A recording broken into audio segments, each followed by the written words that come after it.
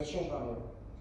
Et après, c'est pareil, il y a les questions de procédure d'atterrissage, c'est-à-dire qu'ils peuvent avoir des atterrissages lissés, comme en planeur, c'est-à-dire ils mettent le moteur au minimum et ils arrivent en planant.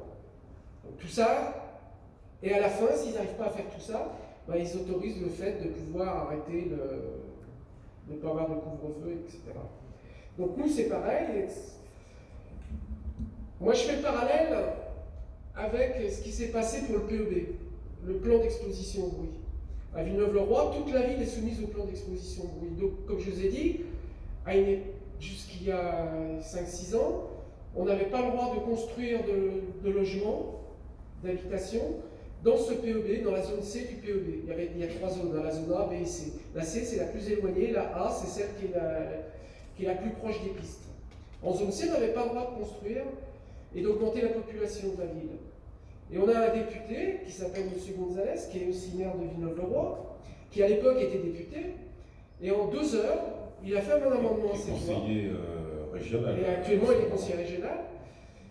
En 2 heures, il a fait passer un amendement à l'Assemblée nationale, et cet amendement dit que dans la zone C, il a le droit de construire.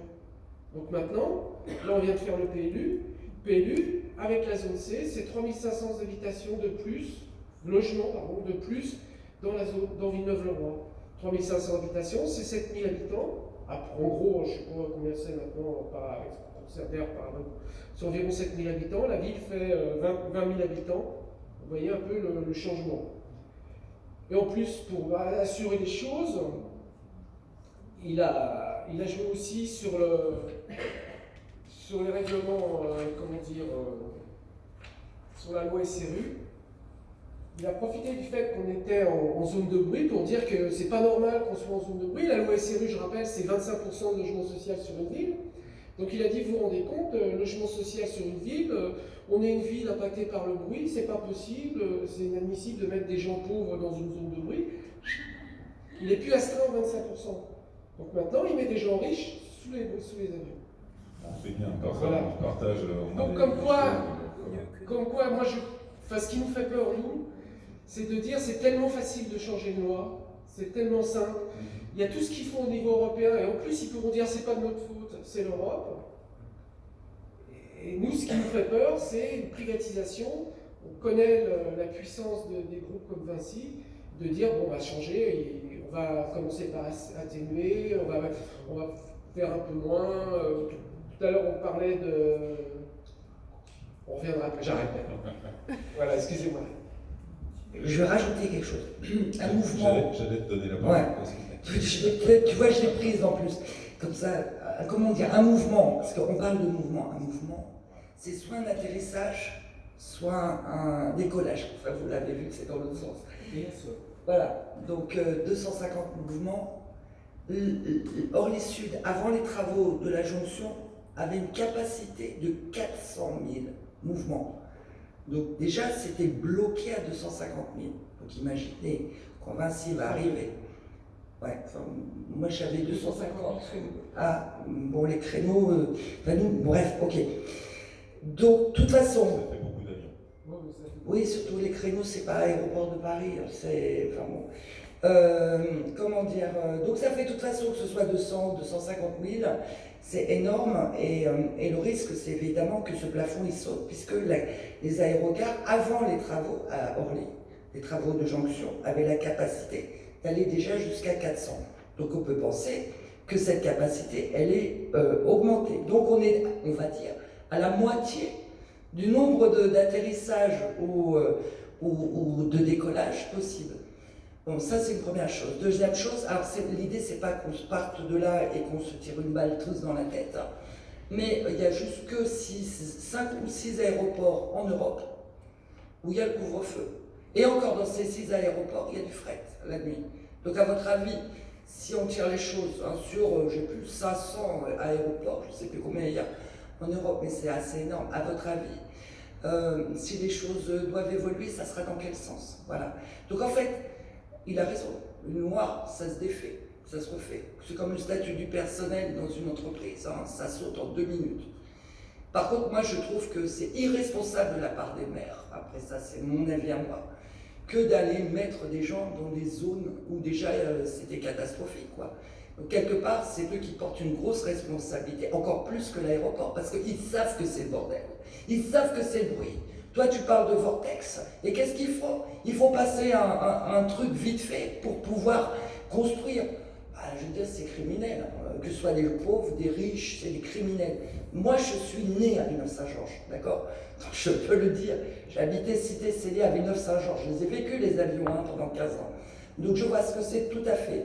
Ce qu'il faut que vous sachiez tous, c'est que les gens à Villeneuve-le-Roi, hein, ils ont 20 mois d'espérance de vie de moins que les autres.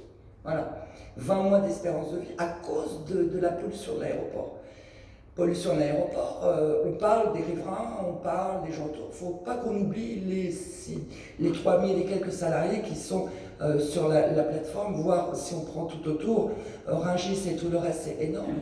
Et tous ces salariés qui, eux aussi, au quotidien, se récupèrent les particules fines, hein, dont on parlera peut-être tout à l'heure. Voilà, donc nous, par exemple, dans les mieux, c'est que tu en parles maintenant, parce que c'était ma question, en fait. D'accord. Bah, donc en fait, toutes ces particules fines donc, qui sont extrêmement polluantes et qui sont très dures, bah, les salariés qui sont sur les pistes, hein, bah, c'est toute la journée et toute la nuit qu'ils se les tapent, hein, qu'elles tombent. Voilà, donc c'est eux aussi, pour eux, c'est extrêmement compliqué. Les CHSCT, à l'intérieur même de l'entreprise, ne s'en saisissent pas assez. Mais par contre, nous, les salariés, on en a marre. On a participé aux assises d'Orly, au même titre que vous, les associations et aussi les communes, parce que le lien entre l'aéroport et les territoires, c'est extrêmement important. Extrêmement important. D'ailleurs, ça fait partie d'une des choses catastrophiques qui pourrait arriver avec l'arrivée de Vinci, parce que Aéroport de Paris, pour essayer de calmer un peu les riverains, bah, essaye de favoriser l'emploi, essaye de trouver d'autres solutions dans la TNSA, encore que Aéroport de Paris, ce n'est qu'un collecteur d'impôts qui reverse à l'État. Après, l'État fait ce qu'il veut. Pour l'instant, l'État il a décidé de faire les fenêtres, etc. Aéroport de Paris, si j'ai bien compris, a quand même tendance à aller un peu doucement sur la mise en place des derniers plans d'isolation. Ils sont un peu frileux parce qu'ils se sont bien fait taper par les associations et c'est normal. Voilà. Donc c'est vrai que les particules fines, nous, ce qu'on a proposé par exemple, justement dans les assises d'Orly, c'était que les temps de roulage sur la piste soient moins longs. Parce qu'ils travaillent, évidemment, vous avez plusieurs catégories d'avions, plus l'avion fait du bruit, plus il paye cher. Il paye cher les taxes à l'État. C'est comme ça qu'ils essayent en fait de faire le pollueur, doit payer quoi, pollueur, bon, payeur. Mais c'est pas que ça, quoi. Le problème c'est pas que ça, c'est pas que le bruit des avions, c'est tout ce qui va avec. Le bruit des avions étant encore en plus, tu l'as dit, à un moment on s'était dit, oh la 380 c'est magique, ça va arriver, ça fait pas de bruit. C'est vrai que la 380 on fait pas de bruit par rapport à ça. Sauf qu'ils vous balancent 500 ou 600 personnes sur la route pour revenir d'Orly sur Paris, quoi.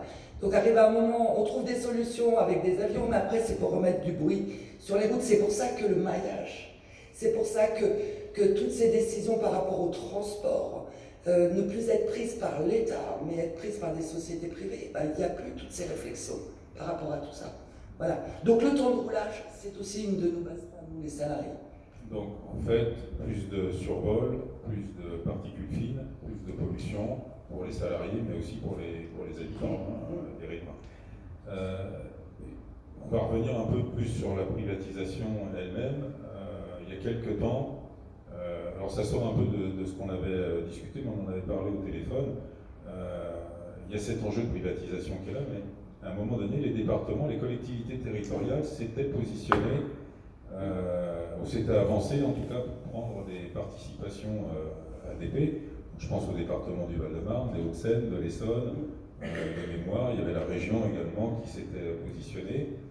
On a vu l'expérience, je crois que c'est à Toulouse, où dernièrement des votes, y compris avec des collectivités minoritaires, ont fait en sorte que la question du service public qui est derrière a été, la pirouette a été faite et donc ça n'a pas abouti.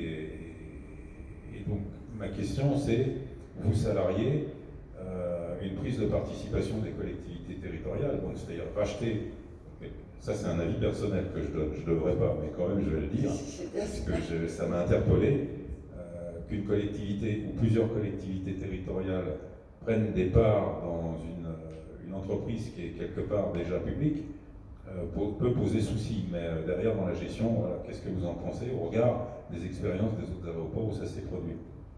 Un petit mot là-dessus. C'est vrai que tout de suite les territoires, ça a été, dès qu'on a su en 2017 qu'on allait être privatisé, au retour des vacances, hein. Bon, déjà Macron, quand il était ministre, il en avait parlé, maintenant quand il est devenu président, tout de suite ça a été mis sur le tapis. Dès le début, nous, on a fait des grèves au niveau de l'entreprise, on a au niveau des salariés, mais je dis à personne de bouger, l'État, en plus c'était en plein moment où la SNCF avait commencé toutes les grèves, donc à l'aéroport de Paris, on n'en parlait pas trop.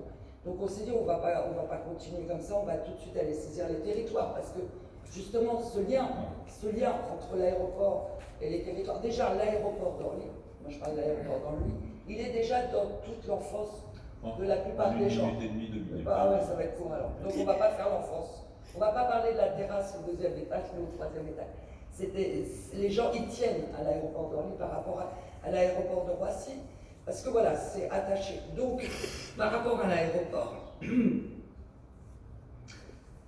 excuse-moi, je suis fatiguée. Par rapport à l'aéroport, donc on a, comment dire... On était sur l'implication des collectivités territoriales et des territoires. Mais comment le remettre? On a tout de suite, en une minute, on a tout de suite saisi le conseil départemental qui tout de suite a fait le lien en fait avec les communes, tout de suite a appelé sur les vœux et tout, mais les vœux, c'est pas que ça sert à rien, mais ça ne fait pas bouger ce gouvernement. Il lui faut beaucoup plus. Donc du coup, les territoires, nous, on s'en a demandé à ce qu'on puisse avoir accès aux élus, en fait, aux élus de la République. Et c'est vrai que c'est les territoires qui nous ont permis de faire ce lien. Donc en fait, il y a le territoire, et on va dire les choses, c'est le 94, c'est Christian Favier, une équipe dynamique dès le début. Dès le début, il était auprès des salariés.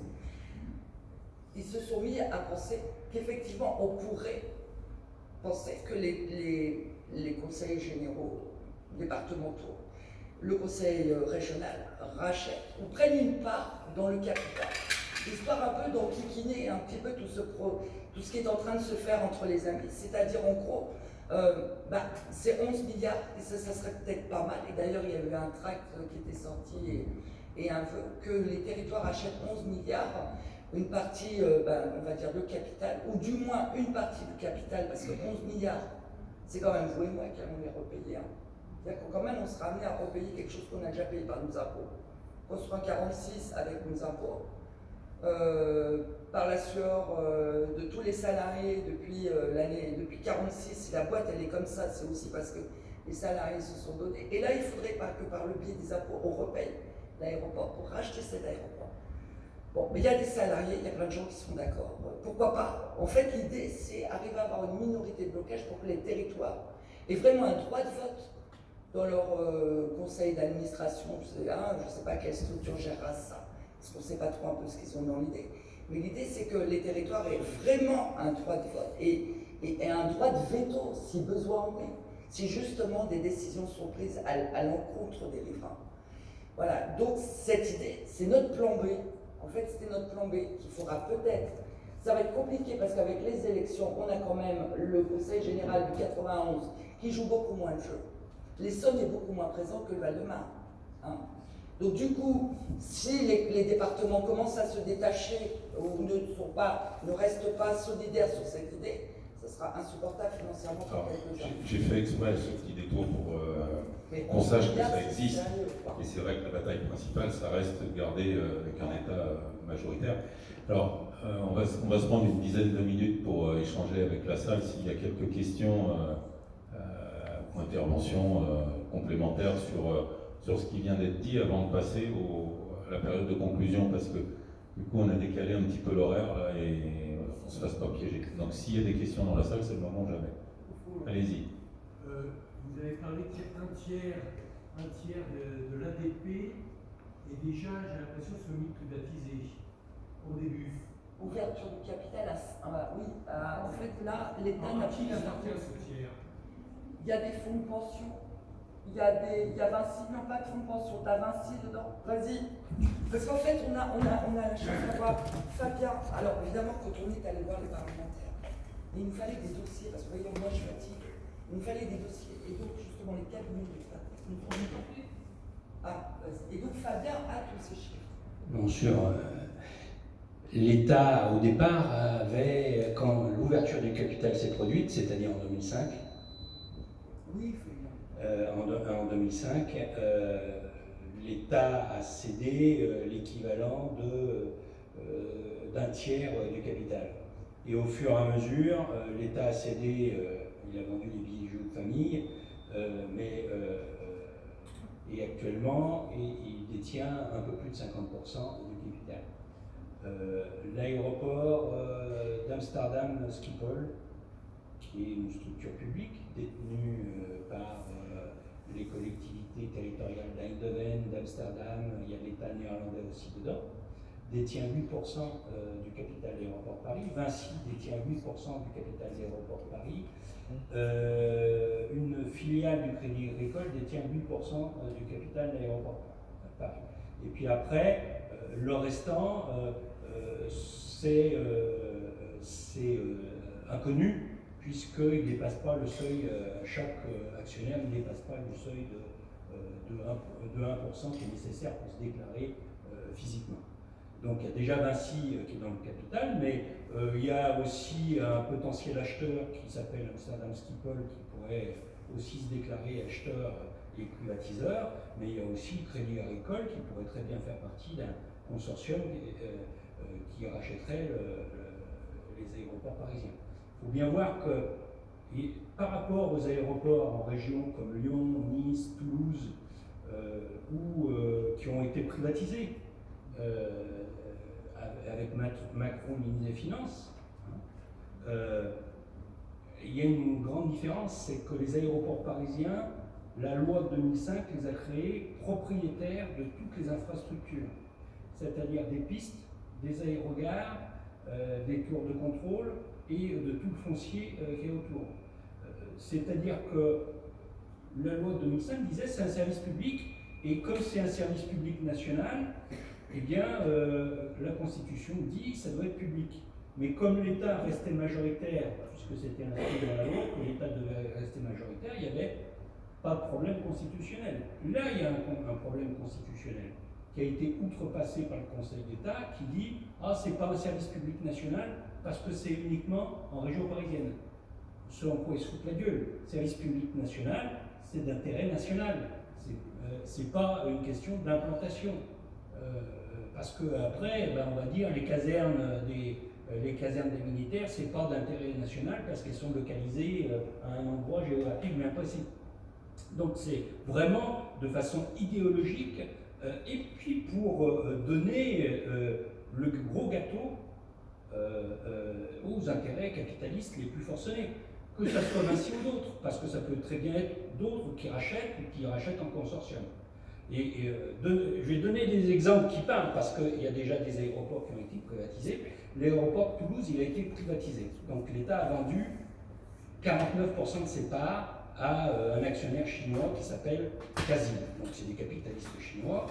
Ils ont acheté ça 308 millions d'euros en 2015. Entre 2015 et 2019, ils ont les aéroports toulousains qui étaient gérés de façon publique, ils avaient mis de l'argent de côté pour pouvoir investir et moderniser l'aéroport ultérieurement, et donc continuer son développement.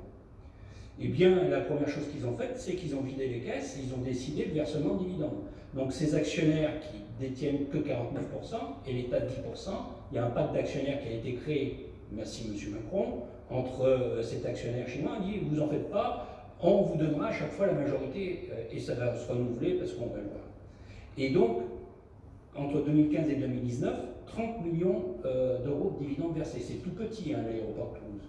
Hein, c'est moins de 10 millions de passagers par an. Ça doit être même moins de 5 millions de passagers par an. Là, on parle d'ADP, cette année, je pense que ça dépassera les 110 millions de passagers par an. Là, Casil a décidé de revendre pour se refaire, donc prix de vente, on vient de le connaître, c'est 507 millions d'euros. Donc, et il l'a vendu à Eiffage. Et Eiffage, il aura de nouveau le pacte d'actionnaires avec l'État, il pourra faire ce qu'il veut. Donc, somme totale perçue par Casil entre 2015 et 2019, 537 millions d'euros. ce qui fait une plus-value de 229 millions d'euros, c'est-à-dire un taux de marge de 74%. Et les plus petits aéroports sont moins rentables que les gros. Et Aéroport de Paris, c'est excessivement gros. C'est le 7e aéroport au monde, c'est le 2e aéroport en Europe, derrière Heathrow. Donc, mais la théorie économique est dit que c'est les plus gros aéroports qui rapportent le plus. C'est une rente. Même du point de vue de la théorie économique capitaliste, si c'est une rente, ça doit être géré publiquement. Là apparemment, ils n'ont pas décidé ça. Aéroport de Paris, depuis qu'il a été privatisé, entre 2005 et 2010, ils ont versé 700 millions d'euros de dividendes. Entre 2011 et 2015, ils en ont versé plus d'1 milliard, les aéroports de Paris. Et entre 2016 et 2020, ils devraient en verser 2 milliards. Donc c'est une rente absolue. C'est pour ça que c'est un défi démocratique, qu'on puisse se prononcer, obtenir ce référendum. Tout simplement, ça serait la première fois qu'il y a un débat public national sur est-ce qu'on veut ou pas des services publics. Depuis 1986, il n'y a eu aucun débat public national là-dessus.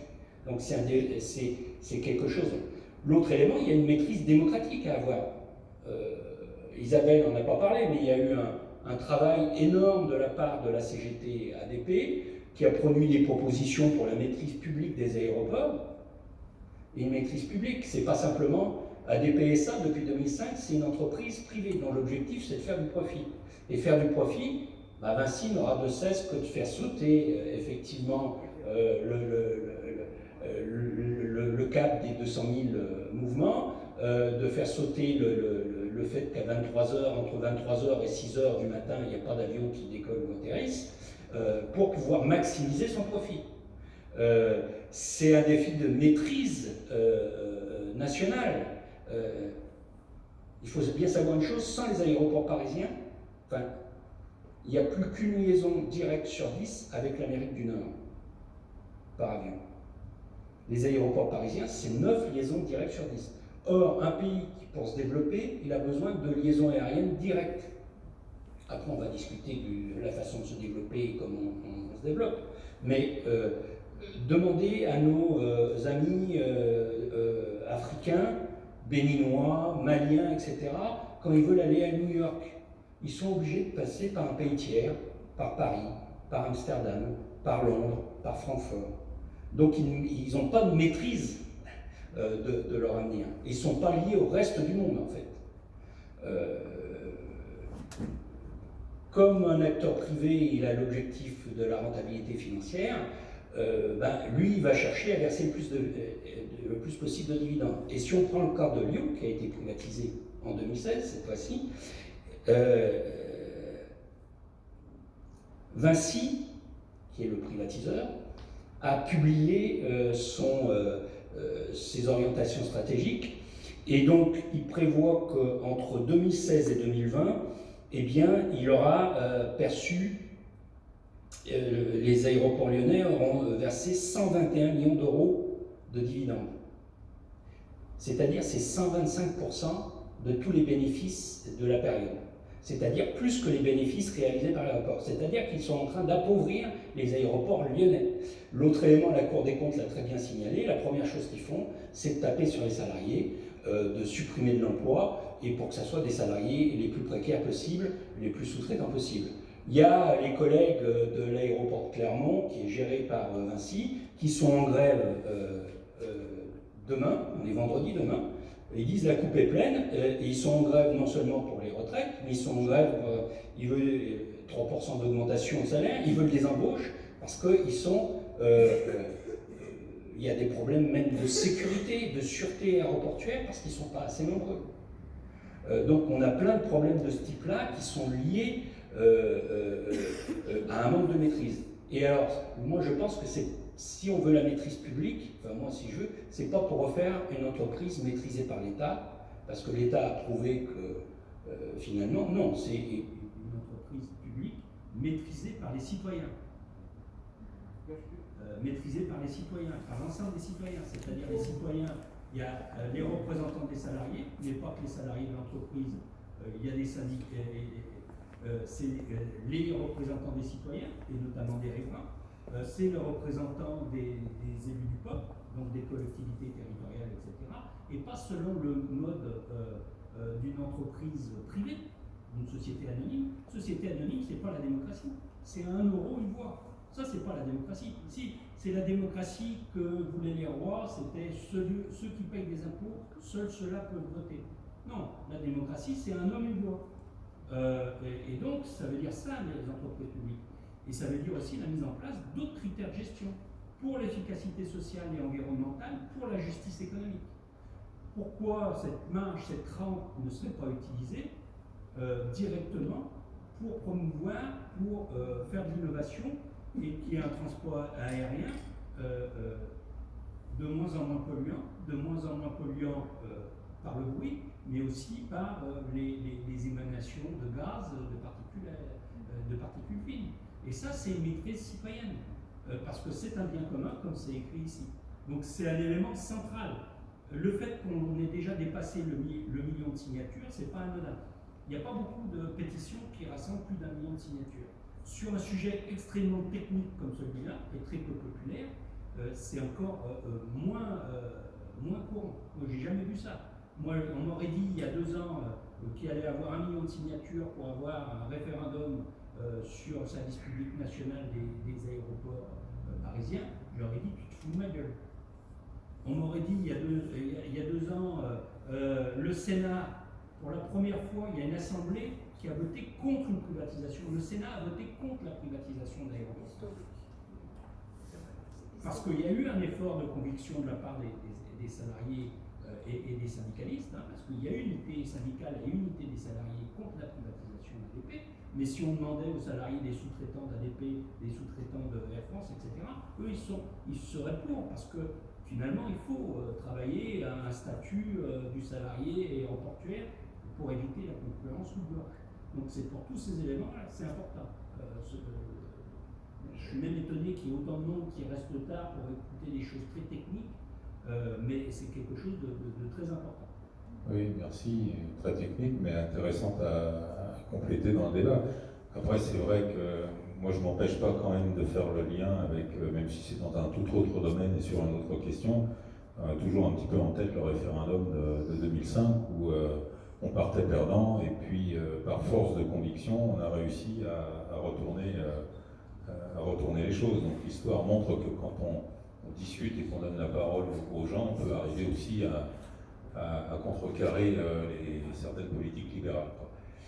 On va passer à la conclusion, à moins qu'il y ait une autre question, mais alors vraiment très rapide parce qu'on va être coincé par l'heure après. Hein. Donc j'en prends une pour faire une petite conclusion. Allez-y. J'aurais voulu savoir quel était le statut des personnels. Vous allez donner un chiffre qui m'a impressionné, je m'en Rien que pour Aéroport de Paris. Quel est leur statut? Est-ce qu'ils sont, comme dans beaucoup d'entreprises, il y a s'il y a risque de privatisation, ça veut dire des emplois en moins. Et actuellement, êtes-vous des fonctionnaires? Non. Est-ce qu'il y a différents statuts? Conséquences pour l'emploi, d'accord. Attends, elle va répondre. On va faire court. De toute façon, oui, on n'est pas des fonctionnaires, on ne cotise pas, par contre, à l'assurance chômage. Si, maintenant. Si, maintenant. Depuis que tu es une société anonyme, tu cotises. Oui, mais en fait, apparemment, il n'y a pas de tout. Bon, on a un peu moins. Parce que là, on a perdu. C'est avec il a été obligé de nous filer un petit truc là en plus. De toute façon, ça ne change rien. Les salariés, il y en a de plus en plus de licenciés. Parce que de toute façon, voilà, l'entreprise est comment dire, le statut, on ne l'a jamais mis en avant. Parce que notre baston, quand on a entendu, nous, comment les gens ont traité la SNCF, on s'est dit, on ne va pas parler de notre statut parce que ça dépasse notre statut. C'est vrai que c'est catastrophique pour nous, les salariés d'ADP, mais pire encore pour les sous-traitants. Parce que les sous-traitants, ils vont avoir des marchés dans lesquels ça ne sera plus qu'avec Aéroport de Paris et derrière l'État. Ils vont passer ça va être des marchés entre marchands de soupe. Ça veut dire qu'ils vont acheter le moins cher, là où les salariés vont leur coûter le moins cher. Et c'est déjà un peu ce qu'il y a. Et c'est aussi ce qui nous fait peur, justement, parce que dans une des conséquences de la privatisation, c'est aussi la privatisation des frontières. Voilà. Et donc, dans la privatisation des frontières, ce qu'il faut savoir, c'est que ce n'est pas nous, salariés, qui faisons les contrôles d'accès. C'est des marchés de sous-traitance qui sont passés. Et on peut, alors on ne va pas du tout aller sur le même registre que pourrait aller Dupont-Aignan, par exemple, sur tout ce qui est frontières, mais nous, le risque pour nous, c'est juste une dégradation des marchés et de la qualité des marchés. Et pour les salariés qui travaillent dans les marchés de sous-traitance, hein, parce que voilà, tu l'as dit, notre boulot à nous, en fait, petit à petit, nos ateliers ferment. Petit à petit, notre travail change. C'est-à-dire qu'à l'Aéroport de Paris, il y avait énormément d'ouvriers et quelques cadres. Et maintenant, il y a de plus en plus d'agents de maîtrise, de cadres et de moins en moins d'ouvriers. Puisque tu l'as compris, notre travail à nous, les salariés, de plus en plus, il part à la sous-traitance. Hein, pour effectivement toujours trouver des économies, un peu d'argent, un peu plus d'argent par-ci, par-là. Voilà, c'est une dégradation pour tout le monde. Et le statut sera certainement mis à mal. C'est-à-dire que tu penses bien que quand Vinci va arriver, ou n'importe qui d'autre, voilà, ils vont aller racler. De toute façon, ça commence déjà pour nous. Il y a plein de choses qui sont en train de sauter. La seule chose que je peux te dire, c'est qu'on ne gagne plus rien dans l'entreprise. On essaye de conserver ce qu'on a pu gagner à un moment, nous les salariés. On essaye de le conserver.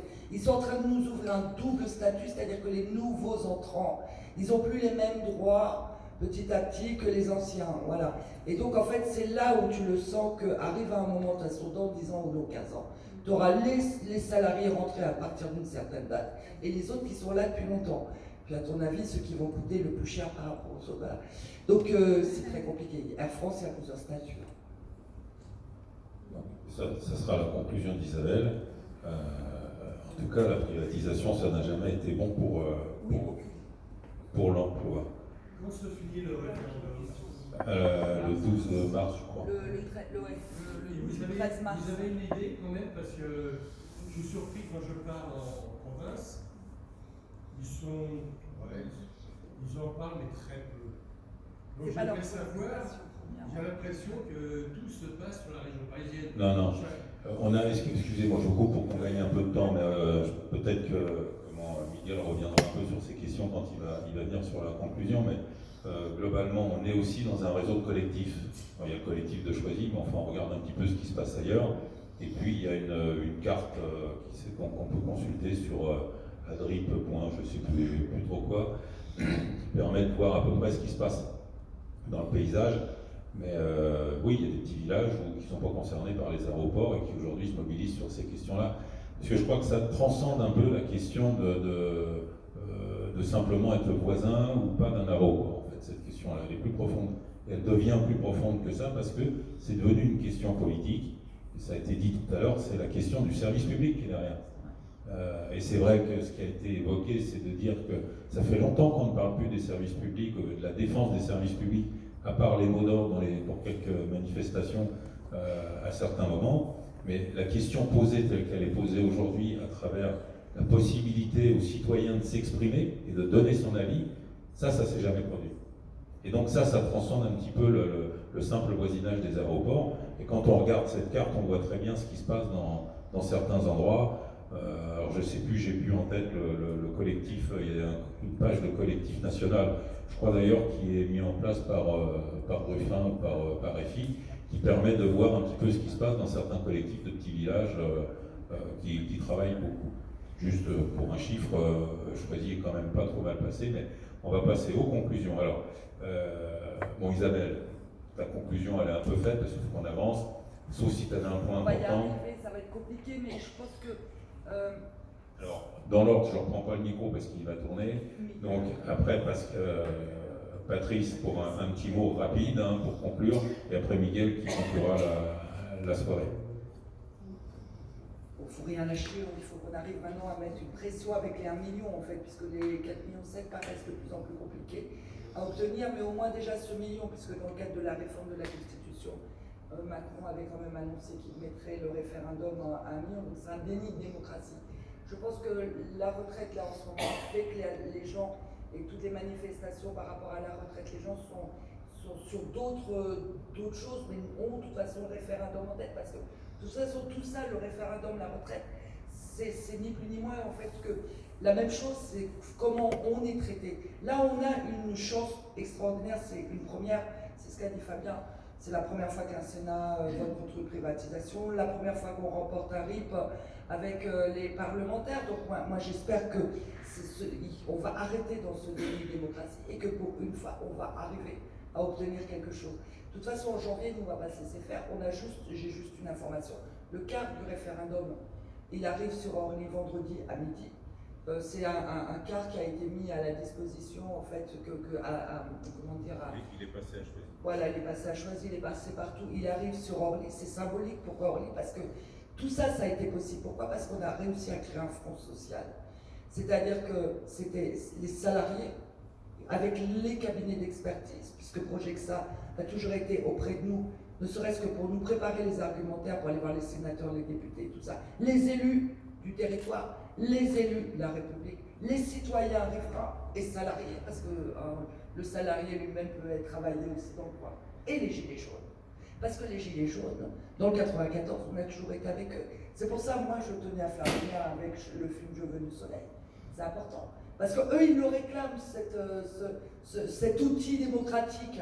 Ils le réclament de pouvoir dire quelque chose. Donc ça y est, on l'a. Maintenant, il faut qu'on y arrive. Il faut qu'on arrive à faire bouger ce gouvernement. Ça va être très compliqué. Et puis, je pense qu'il faut continuer à maintenir la pression.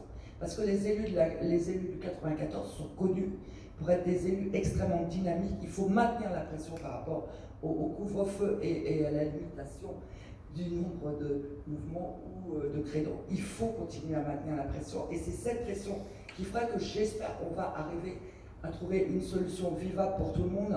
Parce que cet aéroport aussi, on en a besoin. Ça sera la conclusion, Isabelle. Allez, à toi, Patrick. Bon, bien sûr, on est tous d'accord avec ce qui vient d'être dit. Hein. Enfin, nous, les riverains de notre association, on est complètement d'accord avec ça.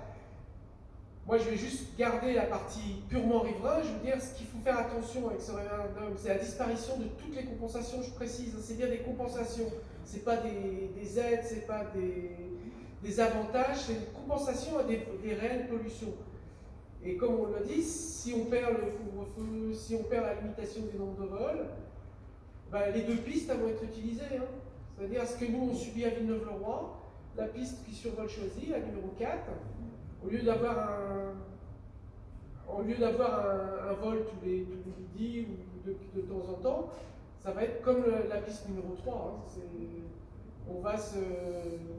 Ça va être à fond. Donc tout ça, il faut faire attention. Et nous, en plus, sur les zones très proches de l'aéroport, on a tous les problèmes de foncier, comme on parlait tout à l'heure.